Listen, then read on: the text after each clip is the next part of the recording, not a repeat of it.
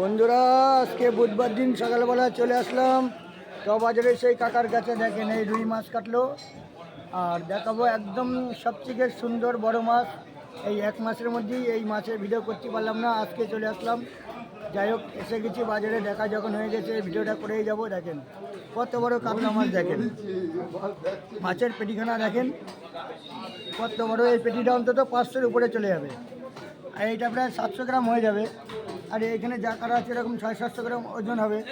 আর দেখেন কাতলা মাছের পিসটা দেখেন বন্ধুরা, গঠনটা দেখেন। আচ্ছা কত রেট আছে কাকা? 600? আজকেও 600 টাকা রেট আছে। আর মাথাখানা দেখেন বন্ধুরা, একদম তাজা মাথা, একদম কাতলা মাছ দেখেন। আর তার কানকোটা দেখেন কত বড় ঘের। আর যাই হোক এই বুধবার দিন বন্ধুরা চলে আসলাম বনগাঁ বাজারে। দেখেন শুধু কাতলা মাছের গঠনটা দেখেন কত বড় কাতলা মাছ। আর শুধু পেটিখানা দেখেন একদম ডিম ছাড়া ফ্রেশ মাছ। মাছটার তেলও হয়ে গেছে দারুণ, আর মাছের চর্বি হলেই ভালো লাগে। দেখেন কত বড় কারিপুরো। আমি পেটির মাছটা দেখাতে পাচ্ছি বন্ধুরা, কত বড় কারিপুরো আমার ক্যামেরায় হচ্ছে না। দেখেন এই একটা পেটি, এই একটা পেটি,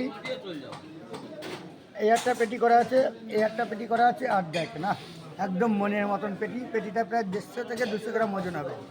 এরকম তাজা তাজা মাছ খেতে হলে আসতে হবে বনগাঁ বাজারে। কাকার নাম কি আছে কাকা? নাম বলবো না, ঠিক আছে নাম বলবো না, কোনো অসুবিধা নেই।